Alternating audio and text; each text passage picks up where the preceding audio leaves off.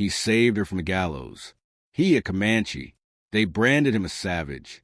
She, with defiance in her veins, called him sweetie.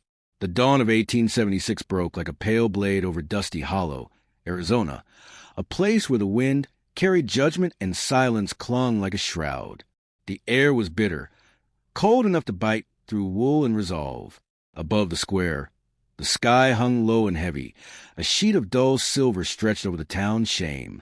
At the center of it all stood the gallows, its beams rough-hewn and dark, carved not just from wood, but from years of fear and ignorance. The townsfolk gathered, ranchers, gossiping wives, dusty-booted shopkeepers, boys pretending not to be afraid, and girls gripping their mother's skirts. Every eye on the platform. Emma Larson stood alone, her hands bound with harsh rope, wrists rubbed raw beneath the ties. Her long brown hair was pulled loose by the wind, and her green eyes, though rimmed with exhaustion, burned with a refusal to break. Her dress, once a sky-blue thing of Sunday softness, now with the color of earth and ashes, its hem tattered from weeks in a cell. Her boots were worn thin, but she remained unbent. They called her witch. Her crime wasn't murder or theft, but healing, using wild herbs and native plants to treat fever, poultices to draw poison, tinctures for cough. The town called it sorcery. She called it mercy. Sheriff Burke, broad-shouldered and sanctimonious, stepped forward with a Bible tucked beneath his arm and a slip of parchment in hand. His voice rang hollow and final. Emma Larson, you stand accused of practicing witchcraft and causing the unnatural death of Martha Reed. A hush followed. From a crowd, Dr. Hal Townsend stepped forward with a sneer sharp enough to cut rope. You thought weeds and chants could replace real medicine. You brewed her death. Emma's voice, though shaking, rang out. I healed her with knowledge. If that's your crime, then hang me for it. The hangman stepped forward, face unreadable. The noose came down, rough hemp that smelled of old sweat and judgment. She stepped forward as it settled around her neck. Her breath hitched. The wind held its breath with her. Then came the sound, sharp, sudden, a snap that silenced everything. The rope broke clean above her. A second arrow struck the sheriff's coat, pinning it to the wooden beam behind him. Panic rose like heat. A third arrow embedded in the platform at her feet, upright and still trembling. Tied to its shaft was a single eagle feather. Someone screamed, Comanche! The crowd scattered. From the dust at the far end of the square, a figure appeared, horseback, high in the saddle, clad in fringed buckskin and silence. His hair, long and braided, lifted in the wind. His eyes, dark, unwavering, took in the chaos with the calm of someone who had seen storms before. Wind Walker, they whispered, ghost of the desert, the one who rode where others didn't dare. He said nothing to them, only to her. Choose, he said, live or die. Emma stared at him. His jaw was strong, his bow still raised. She heard the blood in her ears, the breath in her chest, the gallows behind her. Live, she whispered. Then louder, I choose to live. He spurred his horse forward, reached for her in a motion as sure as thunder, and hauled her up behind him. His arm was solid as steel, his grip unshakable. The horse turned. The crowd shouted. Burke yelled for rifles. But Wind Walker was already gone, swallowed by the wind and the wilderness. Dust rose behind them like a curtain drawn over the scene of a miracle. The desert opened before them, a wide red expanse under a sky the color of flame. She clung to him, her face buried in the scent of leather and sage. Her heart pounded like war drums. They rode until the town was nothing but a smudge of memory. When they slowed, it was beneath a canopy of overhanging stone. A shadowed arroyo, cool and still. Wind Walker dismounted first, moved with grace honed by necessity. He offered her his hand. When her boots touched earth, her knees faltered. He caught her gently, said nothing, then gave her a waterskin. He drank first, then offered it again. It is safe, he said. She drank warm and metallic, but life-giving. Then he gave her dried meat. You need strength, he said. The desert does not forgive weakness. She chewed slowly, each bite grounding her back into her own body. She looked at him then, really looked, A scar cut across his brow. His eyes were steady, his posture relaxed yet alert. "You speak better English than most men in Dusty Hollow," she said. His lips barely twitched. "I learned the words of your people, so I would know what they feared." She asked, "And what do they fear?" He looked past her. "Anything they cannot own." She sat on a flat rock, heat pulsing through the stone into her bones. "They called you savage." He nodded once. "I have heard worse. To some I am a myth, to others a nightmare. I am only a man." Then, distantly, the sound pursuit, hooves, shouting, closing in. Wind Walker stood. "They are near." Emma straightened. "What do we do?" He reached into his saddlebag, pulled out a pouch, and scattered herbs on the ground. A scent rose, sharp, earthy, and stranger.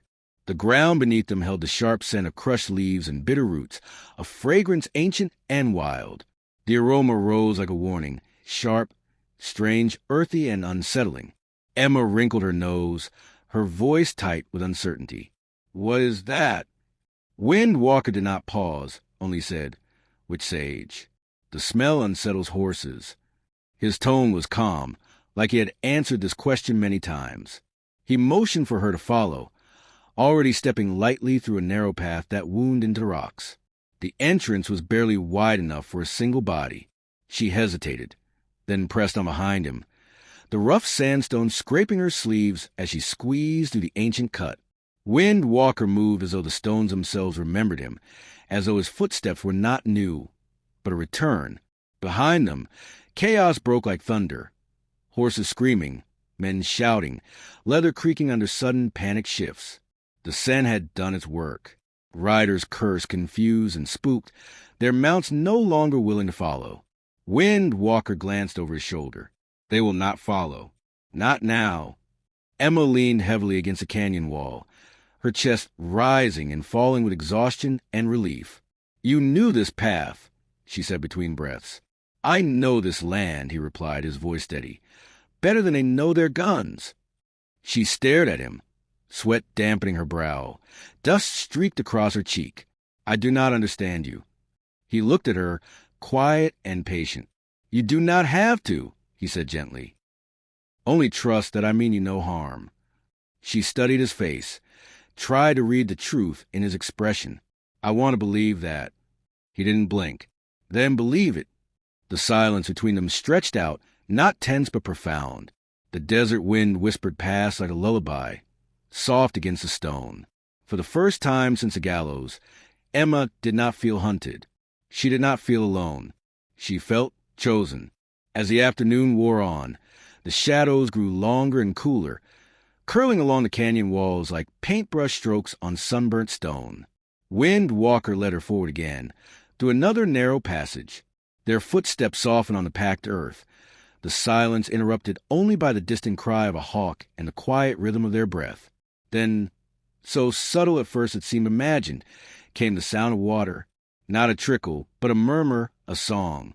With each step, it grew louder, clearer, until they stepped through a final cleft in the stone, and the world changed. Before them lay a hidden valley, lush, vibrant, impossibly alive. Tall cottonwoods bent in the breeze, their leaves whispering secrets overhead. Willow branches swayed gently above a winding stream that gleamed in the last light of day.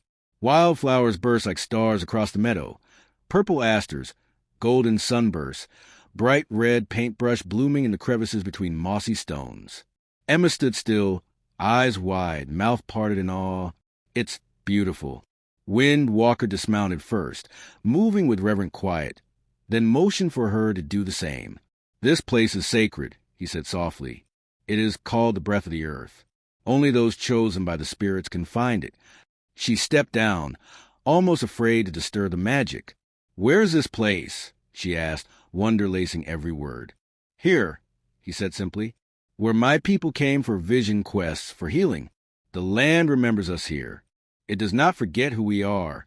As they walked deeper into the oasis, she began to notice more.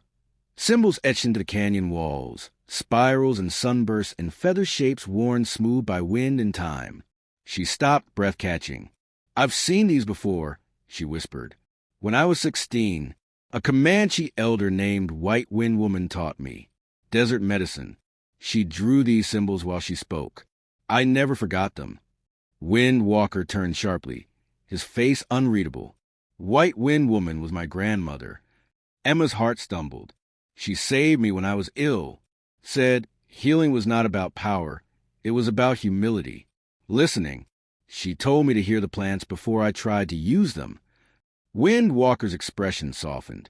She taught well, he said. She passed last winter.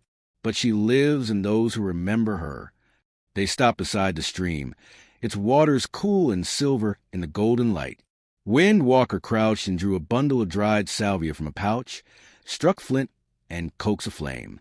Smoke rose, pale and curling, sweet and sharp all at once. She burned this, too, Emma murmured, watching the smoke dance. To clear fear, he said quietly, to welcome the spirits that walk with peace. Then he began to hum, low, steady, a sound that rose from the ground and moved through the leaves like the breath of the valley itself. It settled something inside her. Emma sat on a smooth stone, her shoulders lowering, her breath deepening for the first time in what felt like weeks. When the smoke faded, Wind Walker came to her and held something in his hand. A stone, clear, smooth, and oval, gleamed in his palm, catching the last light. This belonged to my grandmother, he said. She used it to guide her hand when she healed. She said, when you don't know what to do, this reminds you the answer already lives in your heart. He placed it in her hand. It was warm, almost pulsing with a quiet energy. Emma inhaled sharply, as if the stone had spoken. She wanted you to have it. Emma closed her fingers around the crystal, feeling something ancient and kind move through her. Thank you, she whispered. Then a sound broke the stillness. A rustle, a shuffle of wings. Wind Walker tensed instantly, raising a hand for her to stay low. They moved together toward the base of a cleft rock and spotted it. Golden feathers gleaming in the light, powerful wings fluttering in distress. A large eagle, its wing pinned in a jagged crevice, fought to free itself. Its cries were sharp, wild, desperate. It's hurt, Emma breathed, already stepping forward. Wind Walker moved beside her, murmuring in Comanche. His tone was low and soothing. It is afraid, he said, but it is not broken. They knelt together, her shawl spread in her hands, and worked with quiet care, breath held, movements precise. The bird's head lay cradled in Emma's palms, its eyes wild but no longer frantic. She whispered to it in soft tones, words without language but full of calm. Wind Walker sat beside her, his voice low and steady, singing a hum that seemed to rise from the earth itself. He worked quickly but gently, his knife flashing as he trimmed away a few feathers to reveal the injury hidden beneath the golden wing. Emma dipped her cloth into the cool stream, then dabbed the wound clean, her movements firm but full of care. She wrapped it carefully with gauze drawn from her travel pack, the fabric binding not just the brokenness but her trembling hands. Minutes passed. The eagle's breathing slowed. The fierce rise and fall of its chest evened out. Its wings ceased their frantic flapping. Wind Walker looked up from his work, his gaze meeting hers with solemn clarity. You know the ways of life and death. Emma's fingers stilled on the bandage. She looked at him, felt the weight of everything unspoken. So, do you? They rose together, lifting the bird carefully onto a flat, sun-warmed stone. Wind Walker knelt beside it, placed a hand over its chest, and whispered one final word, soft, sacred. The eagle blinked once. Then, slowly it rose, wobbling at first. Emma held her breath. Its wings extended, spanning the dying light. It lifted into the air, strong and sure, cutting across the sky like a spirit reborn. They watched in silence as it vanished into the dusk. Wind Walker did not move. This is a sign, he said, voice like dusk itself. The spirits approve of our path. Emma felt the truth of it stirred deep in her, beneath the ribs, where hope had once lived. She looked at him, not as a stranger, not just the one who had saved her from the rope, but as someone whose soul felt familiar, ancient beside hers, moving with hers like two currents drawn to the same sea. I believe you, she said quietly. I believe in this. and as night draped itself over the sacred valley, they remained, no longer merely two fugitives, but two healers chosen and bound by fate or something older. The cave was small, carved by wind and time, hidden in the crook of the canyon wall, unreachable by sun or rifles. Windwalker had led her there before sunset, brushing their tracks away with dry mesquite and swift feet. Now a small fire crackled between them, shadows dancing across sandstone as the night deepened. Emma sat curled with her knees to her chest, the crystal he'd given her warm in her hand like a heartbeat. Windwalker sat cross-legged across the fire, slowly sharpening an obsidian blade, each stroke deliberate. Her voice broke the quiet. "My father was a doctor," she said, barely above a whisper. "From Philadelphia. He brought me west after my mother died. I was 10. He glanced up, listening without speaking. He believed in bleeding, tonics, mercury. Science." Her eyes flicked to the fire. "But when I was 15, I got sick. Nothing helped. Then White Wind Woman found me. I was lying under a cedar tree. She carried me to her camp and made a tea. I lived." Windwalker nodded. "She told Gray Bear you had the hands of a healer." Emma smiled faintly, sorrow tugging at the corner of her lips. "She taught me to trust the land, to listen before acting. My father called her a fraud. He burned the books she gave me." Her voice grew tight. "But when the townsfolk were desperate, they came to me, quietly, in the night, until Martha Reed died, and they forgot who I'd saved." Windwalker added a branch to the flames. "She saved you for a reason, so one day you'd save others." Emma shook her head slowly. "I'm not sure I've saved anyone." He met her gaze. "You saved the eagle. You stood at the gallows with dignity. That is not weakness. That is strength." She looked at him, something aching and hopeful blooming in her chest. "Who was Gray Bear?" "My uncle, my teacher. After settlers killed my parents, he raised me, taught me to track, to read wind and shadow, to speak your language." Windwalker's voice was low, even. He said, "We cannot heal what we refuse to understand." Emma tilted her head. That sounded like poetry. The faintest smile touched his lips. "The Comanche call me savage because I wear boots, because I speak English, because I walk between worlds." Her voice was soft. "Do you believe them?" He looked into the flames, eyes far away. "No, I am not a wall. I am a bridge." The fire cracked. Emma felt something warm in her chest that had nothing to do with the heat. Then, hoofbeats. Sudden, closing. Windwalker moved fast. He pressed his hand to a hidden stone in the wall. A seam opened, a narrow passage veiled in shadow. "Hurry," he said. Emma grabbed her pack, stuffed the crystal inside, and followed. They slipped through the narrow tunnel as hoofbeats thundered behind, voices shouting, dogs barking, gunmetal glinting in torchlight. Windwalker lit a bundle of moss, its glow soft but sure. On the far side, they emerged into a starlit canyon, breathless. He raised a hand. Silence. Then he reached into his pack, pulled out a folded blanket rich with indigo, ochre, and sunset red. He wrapped it around her shoulders gently, carefully.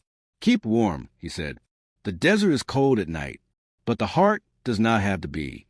Her breath caught, not from fear, but from the feeling, rare, unexpected, of being seen. It wasn't just warmth. It was comfort, respect, care. They crouched behind a boulder, watching the searcher's lantern sweep the valley below like eyes made of fire. Emma leaned against him, her heart racing, her cheek brushing the hide of his coat. "I trust you," she whispered, "even when I'm afraid."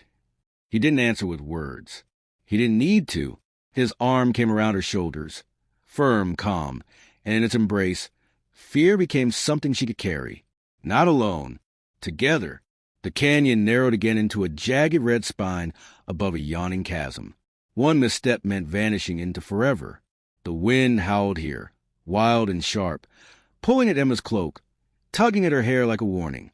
Windwalker stood at the edge of the trail, unmoved.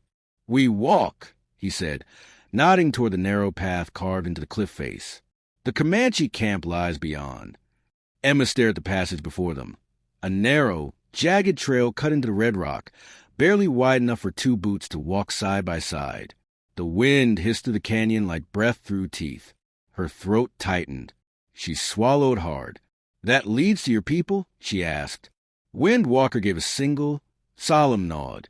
She hesitated, gaze locked on the thin path. "And they'll accept me?" His eyes didn't waver, didn't blink. "Some will. Others will see your skin first, not your spirit." She drew in a long breath that shook slightly in her chest. "Then I'll show them who I am." From her satchel, she pulled a cracked silver pocket watch. Her father's, its casing dented. Its hands forever stopped at 6:17, the moment the rope had cinched around her neck. Wind Walker glanced at it, understanding flickering behind his calm. "Time stopped," she murmured, "but not my life." He reached out and touched the watch, callous fingertip brushing the worn metal like it was sacred. "Then let this be your beginning," he said, "not your end." She nodded, and together they stepped forward. Each footfall was a choice, deliberate, sure. The wind buffeted them from the left, pulling at cloaks and hair. To their right, the world fell away into silence, a sheer drop hundreds of feet deep. Emma matched his pace exactly, watching the rhythm of his boots, grounding herself in the steadiness of his stride. When they reached the far side, the cliffs gave way to a wide plateau. Flat, open, scattered with twisted mesquite trees whose limbs reached like fingers toward the pale sky. In the distance, faint trails of smoke rose, then signals of life, curling from hidden fires. But just as they began to move toward the horizon, a sudden thunder of hooves shattered the stillness. Wind Walker turned sharply, eyes narrowing into slits.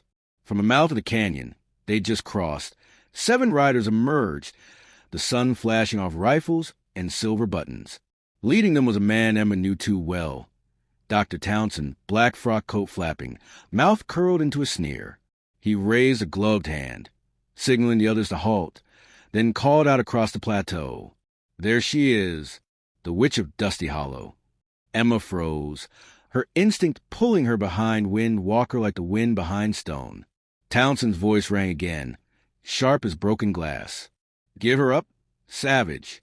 She is wanted for murder, deception, and devilry. That woman belongs at the end of a rope." Wind Walker stepped forward, calm as stone, bow already strung. Without a word, he loosed a single arrow, not at them, but past them, slicing the air and striking the rock beside Townsend's horse. The startled beast reared, nearly throwing its rider. "She is no witch," Wind Walker said, his voice low, but carrying like thunder over the rocks. "She heals. She listens. You fear what you do not understand." Townsend's face twisted with fury, lips curling back. "You'd threaten the law for her?" Wind Walker didn't blink. "I threaten only those who twist the law to kill the innocent." Another rider raised his rifle. Wind Walker's voice snapped like a whip. "Move." He grabbed Emma's hand, and they ran, boots pounding against the red stone, the wind screaming in their ears. A shot cracked through the air, then another, sharp, shattering. A bullet whipped past, too close. Emma ducked, heard Wind Walker grunt beside her. He stumbled. Blood bloomed through his shirt, dark and sudden, but he did not fall. "In here," he growled, pulling aside a thick sagebrush to reveal a narrow fissure in the rock. Emma scrambled in first, knees scraping, the rock biting her palms. She turned and reached back just as he crawled in after her. The sounds of hooves and shouting faded behind them, swallowed by the rock. Inside, there was only the sound of their breath, sharp, uneven, the scent of dust and blood. "You're hit," she whispered. Wind Walker pressed a hand to his shoulder. "It is not deep." She fumbled for a strip of cloth in her satchel, but he gently pushed it away. "Your hand," he said. She looked down. A shallow cut ran across her palm, raw and stinging, likely from the scramble through the rocks. "It's nothing." He took her hand in his, holding it carefully. "A healer must first care for herself," he murmured, "or she cannot care for anyone." His voice was soft, almost tender, even as blood soaked his sleeve. He wrapped her hand with a strip of leather torn from his bracer. "No wound is too small. Small ones turn deep if left forgotten." Emma stared at him, emotion rising thick in her throat. Not just gratitude, but something deeper. Recognition. He didn't treat her like something fragile. He treated her as an equal, as a partner, as someone worth bleeding for. When he finished, he leaned back, jaw clenched against pain. Emma reached out and pressed her palm over his shoulder wound, her other hand still clutching the crystal he had given her.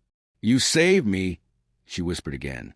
He looked into her eyes, steady, unwavering. "You were never just a woman running from death, Emma," he said, voice low and honest. "You are walking towards something greater. I only followed where the spirits pointed." Outside, the canyon wind howled like ghosts. But inside their hollow of stone, they sat close, bound by breath, blood, and trust. In the hush that followed, they were no longer rescuer and rescued, but two souls learning to believe in each other. When at last they reached the Comanche camp, the sky had turned molten with twilight, streaks of red and gold bleeding across the mesas. Smoke curled lazily from cook fires. Children paused their games. Warriors stood in silence, eyes fixed on the approaching riders, one of their own and one stranger. Wind Walker sat tall, though the cloth on his shoulders still bore the dark stain of blood. Emma rode behind him, her arms around his waist, her heart pounding louder than the hoofbeats beneath them. They dismounted at the edge of the camp. No one stepped forward. Then the flap of a roundhouse opened, and an elder emerged, tall, weathered, with braids of silver white catching the last of the light. His face was marked by time, carved deep with wisdom, his gaze as sharp as a hawk's. This was Gray Bear.